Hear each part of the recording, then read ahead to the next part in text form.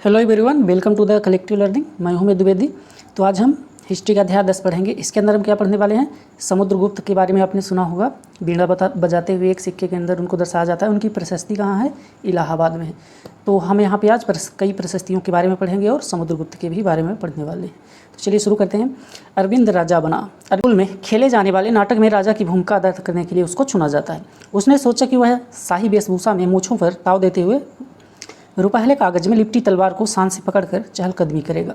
जरा सोचो, उसे कितनी हैरानी हुई होगी जब उससे बताया गया कि उसे बैठकर बीड़ा भी बजानी होगी और कविता पाठ भी करना होगा। एक संगीतज्ञ राजा कौन हो सकता है? अरविंद यह सोचने लगता है। तो ये अरविंद नाम का बच्चा होता है। इसको स्कूल में एक क्या मिलता है? किरदार मिलता है कि आपको एक किरदार निभाना है एक राजा का। वो राजा क्या करता है? बीड़ा भी बजाता है और संगीत की रचना भी करता है। तो कौन है वो? समुद्रगुप्त हैं। उनके बारे में आगे पढ़ने के बाद तो के प्रसिद्ध राजा समुद्रगुप्त की भूमिका अदा करने जा रहा था। समुद्रगुप्त के बारे में हमें इलाहाबाद में अशोक स्तंभ पर खुदे एक लंबे अभिलेख से पता चलता है। इसकी रचना समुद्रगुप्त के दरबार में कवि व मंत्री रहे हरिसेन द्वारा एक काव्य के रूप में की गई थी। तो इलाहाबाद की जो प्रशस्ति है वो बेसिकली बनाया कौन था? अशोक ने, सम्राट अशोक ने वहाँ पर बनवाया था। फिर आगे चलकर क्या होता है? गुप्त साम्राज्य जब आता है तो वहाँ पर समुद्रगुप्त नाम के भी एक राजा होते हैं। तो ये क्या करते हैं? इनके एक दरबारी कवि थे। समुद्रगुप्त के दरबारी कवि कौन थे? हरिसेन थे। याद रखिएगा, कभी कभी एग्जाम में पूछ लिया जाता है। तो हरिसेन ने क्या किया था? काव्य के रूप में, यानी एक होता है गद्य और एक होता है पद्य। तो इन्होंने पद्य के फार्म में वहाँ पे क्या किया था? उसके मतलब समुद्रगुप्त के बारे में काफ़ी सारी चीज़ें उसी प्रशस्ति में लिख दिया था। देखिए, ये गुप्त जो थे उनको क्या कहा जाता है? भारत का नेपोलियन कहा जाता है। क्यों कहा जाता है? क्योंकि समुद्रगुप्त ने कभी भी हार का सामना नहीं किया था। वो इतने बड़े राजा थे, मतलब इतने फेमस राजा हुआ करते थे कि उन्होंने कभी भी हार का सामना नहीं किया था। यह एक विशेष किस्म का अभिलेख है। कौन सा किस अभिलेख की बात कर रहा है? जो कि इलाहाबाद में मिला है प्रशस्ति के फार्म में। इसे प्रशस्ति कहते हैं।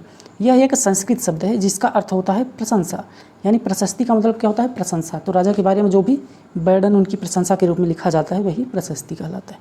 प्रशस्तियाँ लिखने का प्रचलन पहले से भी था, यानी कि प्रशस्तियाँ जो लिखी जाती थी उनका प्रचलन बहुत पहले हुआ था। अध्याय 8 में हमने गौतमी पुत्र सी सातकर्णी की प्रशस्ति के बारे में पढ़ा था।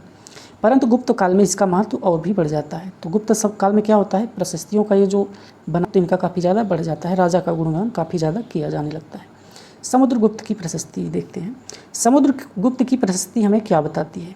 कवि ने इसमें राजा को एक योद्धा, युद्धों को जीतने वाला राजा, विद्वान तथा एक उत्कृष्ट कवि के रूप में भरपूर प्रशंसा की है। यहाँ तक कि उन्हें ईश्वर के बराबर बताया गया है। प्रशस्ति में लंबे लंबे वाक्य दिए गए हैं। यहाँ वैसा ही एक वाक्य का अंश दिया गया। तो समुद्रगुप्त की प्रशस्ति से हमें क्या पता चलता है?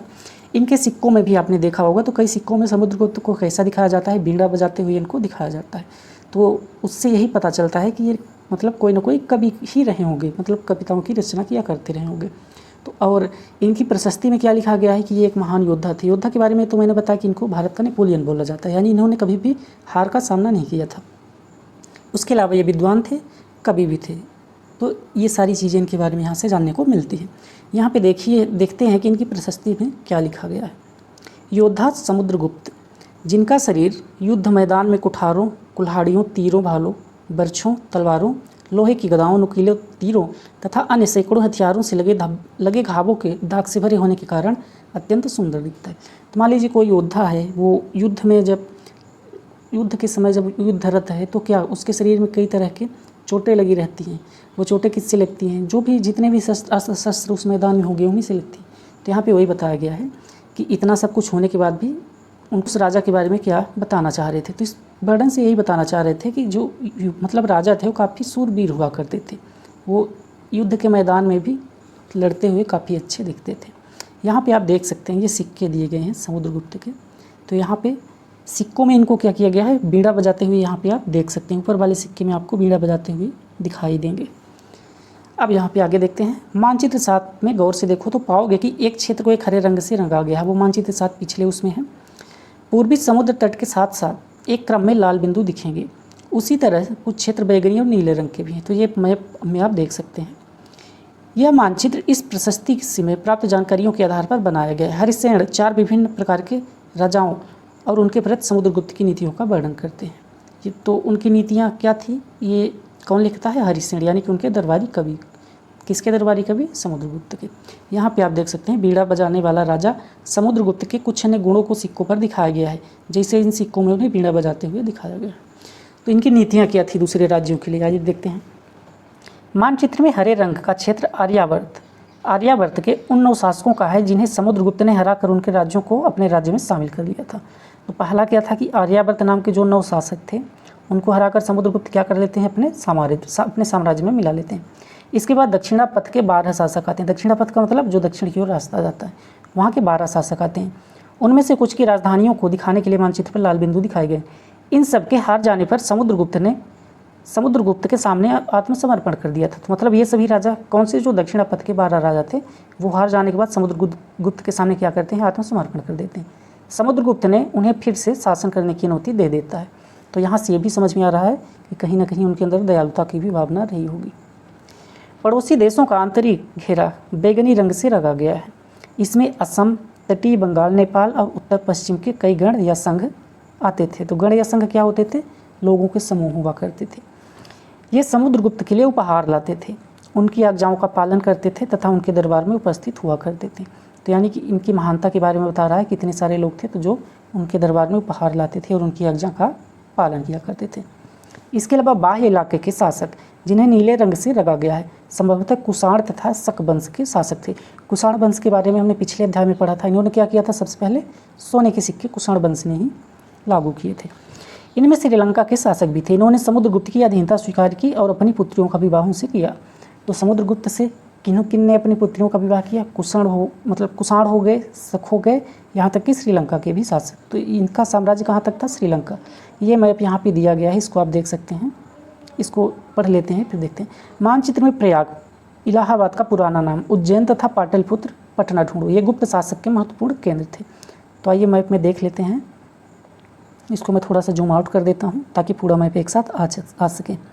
तो यहाँ से आप देख सकते हैं, यहाँ पे है प्रयागराज, जिसको अभी अब कुछ समय के लिए इलाहाबाद बोला जाता था, फिर से प्रयागराज बोला जाने लगा। यहाँ पे आप ये पाटलिपुत्र देख सकते हैं। यहाँ पे नालंदा विश्वविद्यालय, जिसका रिनोवेशन फिर से गवर्नमेंट कर रही है बिहार में। ये आप देख सकते हैं मथुरा, यहाँ पे हो गया उज्जैन, यहाँ पे सातवाहन, अजंता गुफाएं, ये सभी यहाँ पे दिए गए। यहाँ पे आप ये देख सकते हैं कि जो आंतरिक राज्य थे उनको ये हल्का मतलब पिंक कलर में है। बाहरी राज्य ये व्हाइट कलर में दिखाया गया है। यहाँ पे आप देख सकते हैं ये सभी बाहरी राज्य। आर्यावर्त ये येलो, ये जो पीला पीला यहाँ पे दिखाया गया है, ये सभी आर्यावर्त के राज्य थे जिनके बारे में हमने पीछे पढ़ा था। तो आपने मैप ठीक तरीके से देख लिया होगा। अब मैं क्या करता हूँ, इसको जूम आउट करके मैं आगे चलता हूँ। विक्रम संवत 58 ईसा पूर्व में प्रारंभ होने वाले विक्रम संवत को परंपरागत रूप से गुप्त राजा चंद्रगुप्त द्वितीय के नाम से जोड़ा जाता है और ऐसा कहा जाता है कि उन्होंने शकों पर विजय के प्रतीक के रूप में इस संवत की स्थापना की तथा विक्रमादित्य की उपाधि धारण की। ये विक्रमादित्य इतने इंपॉर्टेंट हैं, क्या बताएं। अभी देखो क्या आदित्य की उपाधि इन्होंने ली है, तो मतलब इनसे कई क्वेश्चन वहाँ पे बनाए गए। तो आप देख रहे हैं कि जो गुप्त साम्राज्य उसको पढ़ना काफ़ी फायदेमंद हो सकता है, कई एग्जामों में पूछा जाता है। तो वही अभी NTPC में मुझे मिला, उसका मैं PYQ करा रहा हूँ। अगर आप चाहें तो उसको देख सकते हैं। NTPC वो PYQ आपको हर एग्जाम में काम में आएंगे, किसी भी कंपटीशन के एग्जाम में अगर आप बैठ रहे हैं तो अगर आप चाहें तो देख सकते हैं प्लेलिस्ट में जाकर। आगे चलते हैं। वंशावलियाँ अधिकांश प्रशस्तियाँ शासकों के पूर्वजों के बारे में भी बताती हैं। यह प्रशस्ति भी समुद्रगुप्त के पितामह यानी कि परदादा, दादा, पिता और माता के बारे में बताती है। तो जो प्रशस्तियाँ होती थी यानी कि जो भी उनके बारे में गुणगान किए जाते थे, तो सिर्फ राजा नहीं बल्कि उनके दादा हो गए, परदादा हो गए, माताएं हो गई, इन सभी के बारे में बताया जाता था। उनकी माँ कुमार देवी लिच्छापी गण की थी। किनकी माता? समुद्रगुप्त की। और पिता चंद्रगुप्त गुप्त वंश के पहले शासक थे। तो गुप्त वंश के संस्थापक कौन थे? चंद्रगुप्त थे। ठीक है, जिन्होंने महाराजा धीराज की बड़ी उपाधि धारण की थी। यानी कि चंद्रगुप्त ने किसकी उपाधि धारण की थी? यहाँ पे देख सकते हैं महाराजा धीराज की। उसके बाद ये चंद्रगुप्त द्वितीय किसकी धारण करते हैं? विक्रमादित्य की धारण करते हैं। तो ये उपाधियाँ भी पूछ लिया जाता है, याद रखिए। समुद्रगुप्त ने भी यही उपाधि धारण की थी। तो उसके बाद समुद्रगुप्त आते हैं, वो भी क्या करते हैं? महाराजा धीराज की उपाधि धारण करते हैं। उनके दादा और परदादा का महाराजा के रूप में ही उल्लेख मिलता है। इससे आभास मिलता है कि धीरे धीरे इस वंश का महत्व बढ़ता गया। इस वंश का महत्व आप ऐसे समझ सकते हैं कि ये भारत के नेपोलियन कहलाते थे।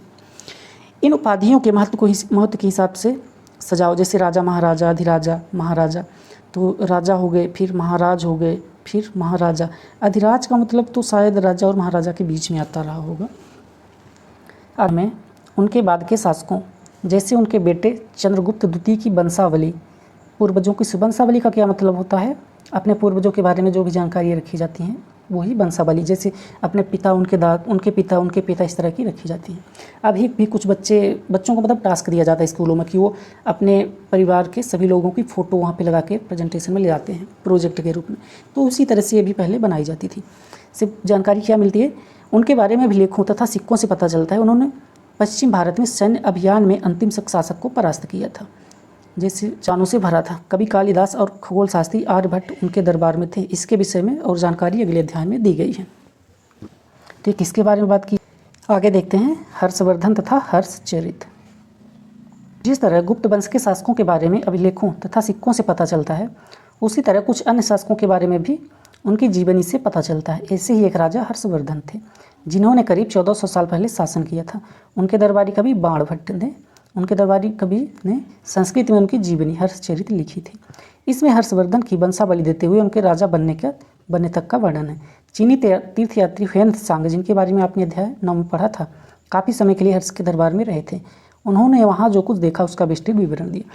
तो हर्षवर्धन क्या थे, एक राजा थे जो कि अंतिम हिंदू राजा भी कहे जाते हैं।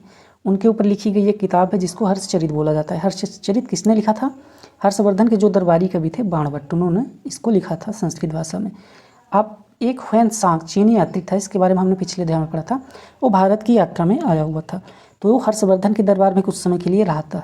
तो ये क्वेश्चन यहाँ से बनना था, कई बार आज भी जाता है कि ह्वेन त्सांग जो था वो किसके दरबार में आया था। तो हर्षवर्धन के काल में उनके दरबार में आया था, ये आप याद रखिएगा, ठीक है। तो यहाँ से आप मतलब ये जो जीवनियाँ लिखी हुई थी वो किसी एक ही राजा की नहीं, उन जीवनियों से में कई राजाओं के बारे में जानकारियाँ मिलती हैं। उनके दरबारी कवि अलग अलग हुआ करते थे। हर्ष अपने पिता के सबसे बड़े बेटे नहीं थे, पर वे अपने पिता और बड़े भाई की मृत्यु हो जाने पर थानेसर के राजा बने। एग्जाम में ये पूछा गया था कि हर्ष की राजधानी कौन सी थी, तो याद रखिएगा वो थानेसर की। ये NTPC में ही आया हुआ क्वेश्चन है। उनके बहनोई कन्नौज के शासक थे।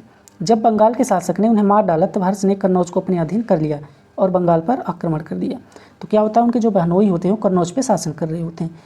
तो बंगाल का एक शासक क्या करता है, उनके बहनोई को मार देता है। तो फिर हर्ष कन्नौज को अपने अधीन कर लेते हैं और बंगाल पर आक्रमण कर देते हैं। मगध तथा बंगाल को जीतकर उन्हें पूर्व में जितनी सफलता मिली थी उतनी सफलता अन्य जगहों पर नहीं मिली। यानी कि उन्होंने बंगाल को भी जीता, बंगाल को जीतने के बाद मतलब उनको जितनी बड़ी सफलता मिली थी उतनी सफलता कहीं और उनको नहीं मिली थी। उन्होंने नर्मदा नदी को पार कर दक्कन की ओर बढ़ने की कोशिश की, तब चालुक्य नरेश पुलकेशिन द्वितीय ने उन्हें रोक दिया था। यानी कि जो नर्मदा नदी है मध्य भारत में, वहाँ से वो आगे बढ़ने की जब कोशिश कर रहे थे तो वहाँ पे चालुक्य वंश का शासन था। उनके राजा कौन थे, पुलकेशिन द्वितीय। उन्होंने क्या किया, हर्षवर्धन को आगे बढ़ने से रोक दिया। भारत का राजनीतिक मानचित्र बनाओ और हर्षवर्धन बंगाल तथा शासक थे। तो अगर आपने मैप देखा होगा तो आप ये आसानी से पहचान पाएंगे। उसके बाद और राजा हैं जैसे हैं बारे में, तो जितने भी राजा हैं उन सभी की प्रशस्तियाँ। यहाँ पे इंपॉर्टेंट चीज़ और याद रखिए, जैसे चालुक्य राजा आया, वहाँ पे पुलकेशिन द्वितीय किस वंश से थे, मतलब पुलकेशिन द्वितीय किस वंश से थे, तो वो चालुक्य थे। आगे देखते हैं कुल राजाओं का वंश। यहाँ पे कुछ और राजाओं का दिया है, जैसे पल्लव हो गए, चालुक्य हो गए, पुलकेशिन द्वितीय, इन सभी की प्रशस्तियों से हमें क्या जानकारी मिलती है। इस काल में पल्लव और चालुक्य दक्षिण भारत के सबसे महत्वपूर्ण राजवंश थे। पल्लवों का राज उनकी राजधानी कांचीपुरम के आसपास के क्षेत्रों से लेकर कावेरी नदी के डेल्टा तक फैला था, जबकि चालुक्यों का राज्य कृष्णा और तुंगभद्रा नदियों के बीच स्थित था। तो यहाँ से हमें क्या पता चलता है कि जो पल्लव और चालुक्य थे वो दक्षिण भारत के महत्वपूर्ण राजवंश हुआ करते थे। पल्लव की राजधानी क्या हुआ करती थी, उसमें कांचीपुरम हुआ करती थी। और चालुक्यों का राज्य कहाँ था, कृष्णा और तुंगभद्रा नदियों में, दक्षिण भारत की 2 नदियाँ हैं महत्वपूर्ण। चालुक्यों की राजधानी ऐहोल थी। तो यहाँ से हमें क्या जानकारी मिल रही है, पल्लवों की राजधानी कांचीपुरम थी और चालुक्यों की राजधानी क्या थी, ऐहोल थी। यह एक प्रमुख व्यापारिक केंद्र था, क्या, ऐहोल, जो कि चालुक्यों की राजधानी थी। धीरे धीरे यह धार्मिक केंद्र में भी बदल जाता है, जहाँ पे कई मंदिर बनाए जाते हैं। चालुक्यों के द्वारा बनाया हुआ एक मंदिर मध्य प्रदेश में है। खजुराहो के मंदिरों के बारे में आपने सुना होगा, मध्य प्रदेश में, वो भी चालुक्यों के ही अंतर्गत बनवाया गया था। पल्लव और चालुक्य एक दूसरे की सीमाओं का अतिक्रमण करते थे। तो आजकल क्या होता है, जिस तरह से खेतों में क्या होता है, एक दूसरे के खेत की मेड़ काट कर उसका अतिक्रमण कर लेते हैं। जैसे ये मेड़, मान लीजिए ये मेड़ इस तरह से बनी हुई है, कोई ट्रैक्टर लेके आता है, इस मेड़ को यहाँ से जोत के उसको अपने उसमें मिला लेता है, तो ये अतिक्रमण होता है। तो पल्लव और चालुक्य भी क्या किया करते थे, एक दूसरे की सीमाओं का अतिक्रमण किया करते थे। मुख्य रूप से राजधानियों को निशाना बनाया जाता था जो समृद्ध शहर थे। तो राजधानियों को निशाना क्यों बनाया जाता था, क्योंकि सारा कार्य संचालन या मतलब जहाँ से कंट्रोल होता है वो राजधानियाँ ही होती हैं। किसी देश का कहीं भी युद्ध होता है तो वो यही कोशिश करता है कि उसकी राजधानी पे ज़्यादा से ज़्यादा आक्रमण किया जाए, क्योंकि अगर राजधानी कंट्रोल में आ गई तो पूरा देश कंट्रोल में आ जाता है। आगे देखते हैं, पुलकेशिन द्वितीय सबसे प्रसिद्ध चालुक्य राजा थे। उनके बारे में हमें उनके दरबारी कवि रविकीर्त द्वारा रचित प्रशस्ति से पता चलता है। तो यहाँ पे हमने क्या देखा, समुद्रगुप्त, समुद्र ने सबसे पहले पढ़ा समुद्रगुप्त के बारे में। समुद्रगुप्त के दरबारी कवि कौन थे, हरिसेन थे। कौन थे, हरिसेन। उसके बाद हमने किसके बारे में पढ़ा, उसके बाद हमने किसके बारे में पढ़ा, हर्षवर्धन के। हर्षवर्धन के दरबारी कवि कौन थे, बाणभट्ट थे, याद रखिएगा, बाणभट्ट, ठीक है, यहाँ पे ठीक से लिखते नहीं बन रहा, बाणभट्ट थे। और ये तीसरे आते हैं पुलकेशिन द्वितीय, तो इनके दरबारी कवि कौन थे, रविकीर्त, याद रखिएगा, ये एग्जाम में अक्सर पूछा जाता है। आगे देखते हैं, रचित प्रशस्ति से पता चलता है, इनमें उनके पूर्वजों खास तौर से पिछली 4 पीढ़ियों के बारे में बताया गया। पुलकेशिन द्वितीय को अपने चाचा से यह राज्य मिला था। तो पुलकेशिन द्वितीय के जो दरबारी कवि थे कौन थे, रविकीर्त। उन्होंने क्या लिखा था, उनके जो भी पिछले 4 पीढ़ियाँ थी किसकी, पुलकेशिन द्वितीय की, उसके बारे में उन्होंने काफ़ी ज़्यादा जानकारी मिली थी। यहीं से हमें ये पता चलता है कि पुलकेशिन द्वितीय को जो अपना साम्राज्य मिला था किससे मिला था, उनके चाचा से उनको मिला था। आगे चल के देखते हैं, रविकीर्ति के अनुसार उन्होंने पूर्व तथा पश्चिम दोनों समुद्र तटीय इलाकों में अपने अभियान चलाए थे, यानी ईस्ट और वेस्ट दोनों दिशाओं में उन्होंने क्या किया था, अपने अभियान चलाए थे। अभियान किस लिए चलाए जाते थे, नए राज्यों को विजित करने के लिए चलाया जाता था। इसके अतिरिक्त उन्होंने हर्ष को भी आगे बढ़ने से रोका था। हर्ष को कहाँ से आगे बढ़ने के लिए रोका था, जब वो नर्मदा नदी क्रॉस करके दक्षिण की तरफ आना चाह रहे थे, तभी उनको ये रोकते हैं। मतलब होता है आनंद होता है, यानी कि उत्साहित। तो कभी कौन, कभी रविकीर्त जी क्या कहते हैं कि कवि का मतलब उनका कहना यह था कि पराजय के बाद हर्ष नहीं रहा, यानी कि वो अब आनंदित नहीं रहे, क्योंकि उनकी पराजय हो जाती है। कैसी पराजय होती है, इनको क्या किया जाता है, जब ये दक्षिण की तरफ आने की कोशिश करते हैं तो इनको राजा, यहाँ के जो थे चालुक्य राजा, वो इनको रोक देते हैं। कौन, पुलकेशिन द्वितीय। आगे देखते हैं, पर चालुक्यों की विजय अल्पकालीन थी। लड़ाई में दोनों वंश दुर्बल होते गए। पल्लवों और चालुक्यों को अंततः राष्ट्रकूट तथा चोल वंशों ने समाप्त कर दिया। इसके बारे में कक्षा 7 में पढ़ने को मिलेगा।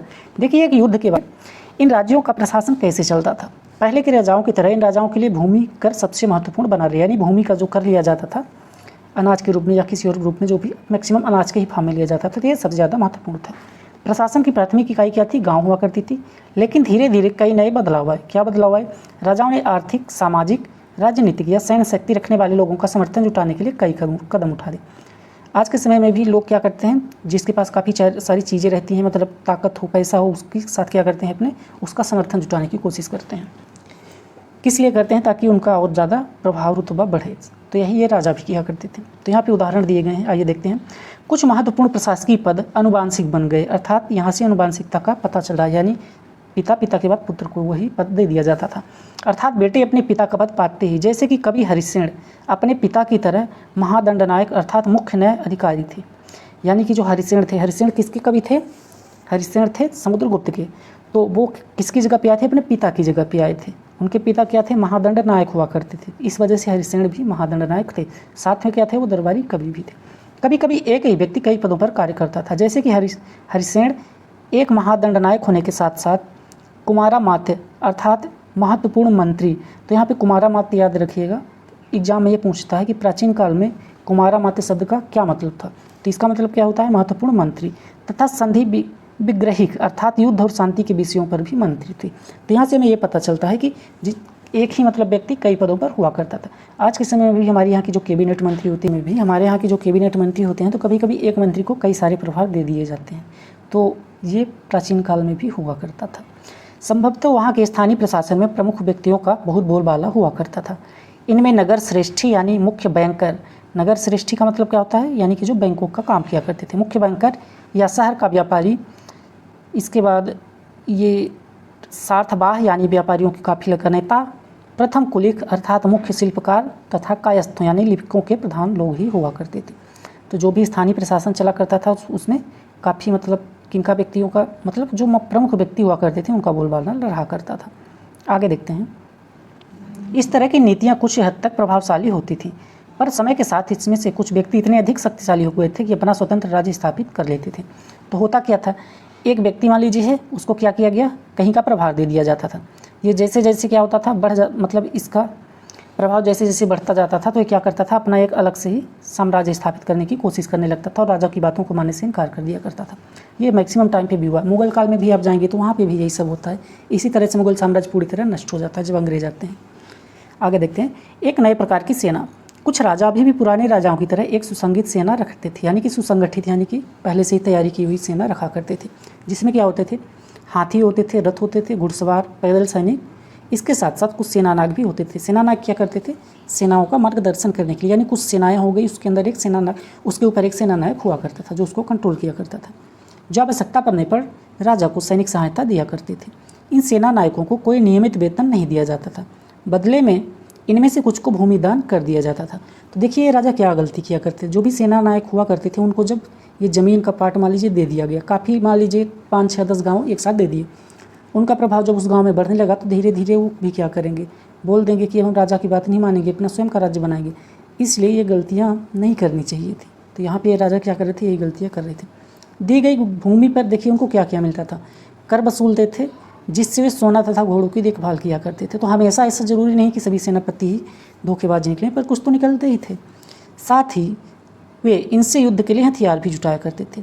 हर व्यक्ति के लिए सामंत कहलाते थे वो, इस तरह के व्यक्ति को सामंत कहा जाता था, किसको, जो ये सभी काम किया करता था सेनानायक का। जहाँ कहीं भी शासक दुर्बल होते थे ये सामंत स्वतंत्र होने की कोशिश करने लगते थे। तो जब सभी आप इनको दे देंगे ज़मीन पे, मतलब पूरे गांव पे इनका कंट्रोल हो गया, आसपास कंट्रोल हो गया, कर भी ये ले रहे हैं, तो फिर क्या करेंगे, आगे चलकर राजा की बात नहीं मानेंगे।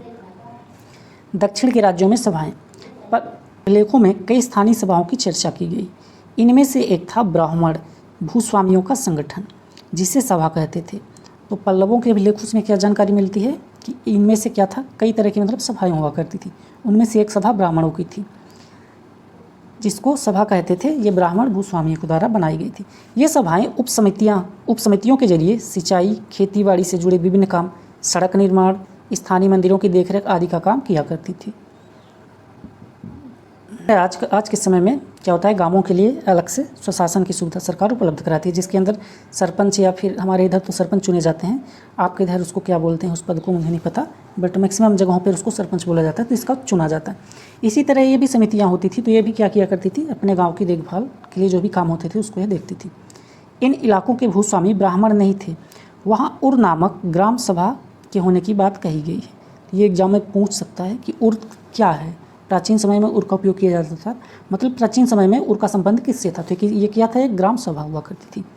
फिर नगरम की बात की गई, जो क्या था, व्यापारियों के एक संगठन का नाम था नगरम। संभवतः इन सभाओं पर धनी तथा शक्तिशाली भूस्वामियों और व्यापारियों का नियंत्रण रहा करता था। किस पे, नगरम पे। इनमें से बहुत सी स्थानीय सभाएं शताब्दियों तक काम करती रहीं। शताब्दियों का मतलब क्या हुआ, यानी कई सौ सालों तक काम करती रही। उस ज़माने में आम लोग कैसे हुआ करते थे, उनके बारे में आइए देखते हैं। देखिए राजाओं के बारे में तो हमें प्रशस्ति से पता चला, उनके अभिलेखों से, पर आम लोगों के बारे में हमें कैसे जानकारी मिलती है, आइए आगे देखते हैं। जनसाधारण के जीवन में थोड़ी बहुत झलक हमें नाटकों तथा कुछ अन्य स्रोतों से मिलती है। चलो इनके कुछ उदाहरण देखते हैं। कालिदास नाम के जो दरबारी कवि थे, कालिदास अपने नाटकों में राज दरबार के जीवन के चित्रण के लिए प्रसिद्ध हैं। इन नाटकों में एक रोचक बात यह है कि राजा और अधिकांश ब्राह्मणों को संस्कृत बोलते हुए दिखाया गया है, जबकि अन्य लोग तथा महिलाएं प्राकृत बोलते हुए दिखाए गए हैं।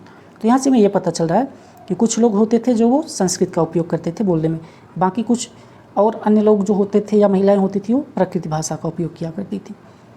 उनका सबसे प्रसिद्ध नाटक अभियान शाकुंतलम, दुष्यंत नामक एक राजा और शकुंतला नाम की एक युवती से प्रेम की कहानी है।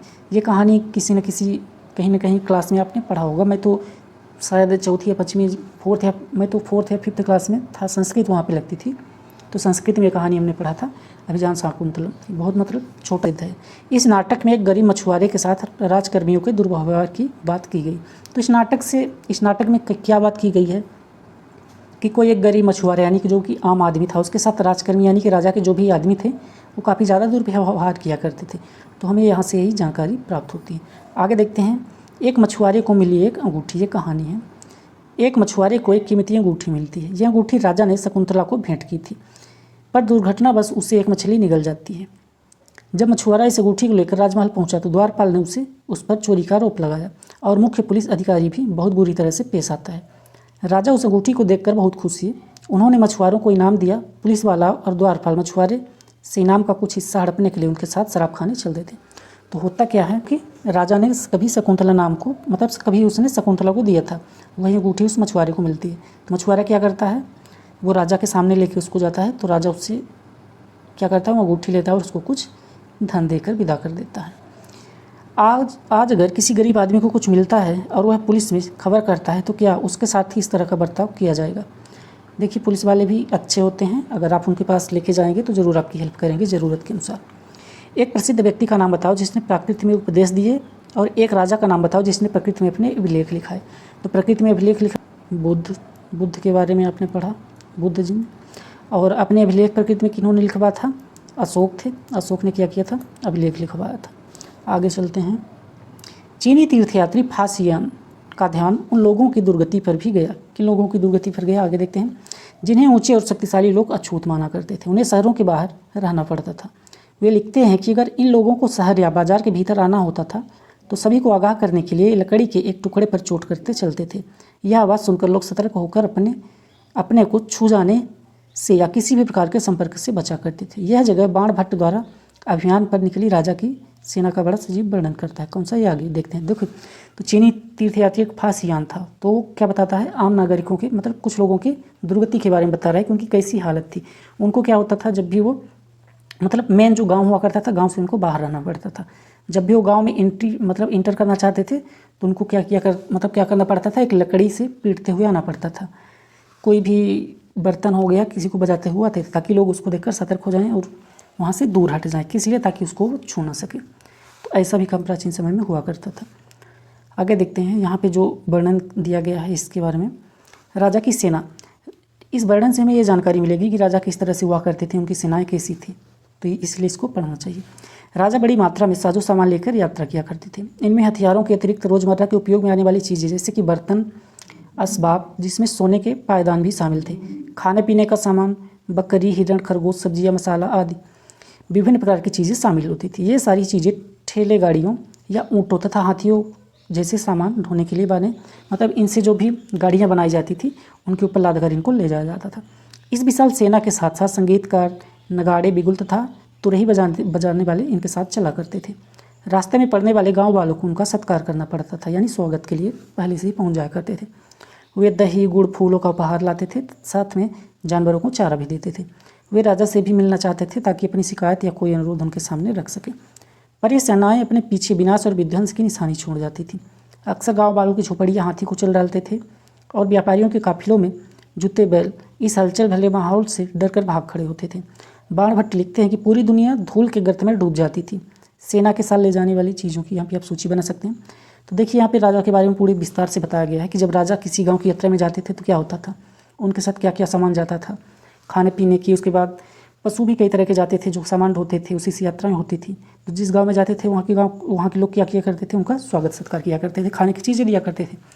और ये सेनाएं इतनी बड़ी विशाल हुआ करती थी कि जिस गांव से गुजर जाती थी वो गांव एक तरह से, मतलब कुछ गांव घरों को पूरी तरह नष्ट ही कर दिया करते थे। तो यही थी कहानी। इसके अलावा अन्यत्र पे देख लेते हैं। यहाँ पे आप अरब देख सकते हैं, मानचित्र छपे, तो मानचित्र छपे अगर आप देखेंगे तो वहाँ पे अरब मिलेगा। अरब है कहाँ? भारत के पश्चिम की तरफ जाने पर आपको अरब मिलते हैं। जब हो गया ओमान, हो गया कतर, हो गया, ये सभी अरब देश कहलाते हैं। मरुस्थल होते हुए भी सदियों से अरब यातायात का एक बहुत बड़ा केंद्र था। दरअसल अरब व्यापारी तथा नाविकों ने भारत और यूरोप के बीच समुद्री व्यापार बढ़ाने में एक महत्वपूर्ण भूमिका निभाई थी। अरब में रहने वाले अन्य लोगों में बहुत से बेदुइन थे जो कि घुमक्कड़ कबीले होते थे। यह मुख्य रूप से ऊँटों पर आश्रित थे क्योंकि यह एक ऐसा मजबूत जानवर था जो मरुस्थल में भी स्वस्थ रह सके। तो ऊँट को क्या बोला जाता है? रेगिस्तान का जहाज इसीलिए बोला जाता है। दुबई आप जाते ही होंगे, दुबई भी क्या है? वे अरब देश में ही है, मतलब अरब देश का ही वो पार्ट है। तो देखिए कितना विकसित है, जबकि वहाँ पर पूरी तरह रेगिस्तान है। लगभग 1400 साल पहले पैगंबर मोहम्मद ने अरब में इस्लाम नामक एक नए धर्म की शुरुआत की थी। तो इस्लाम धर्म की शुरुआत कब होती है? 1400 साल पहले होती है। ये फैक्ट याद रखिए।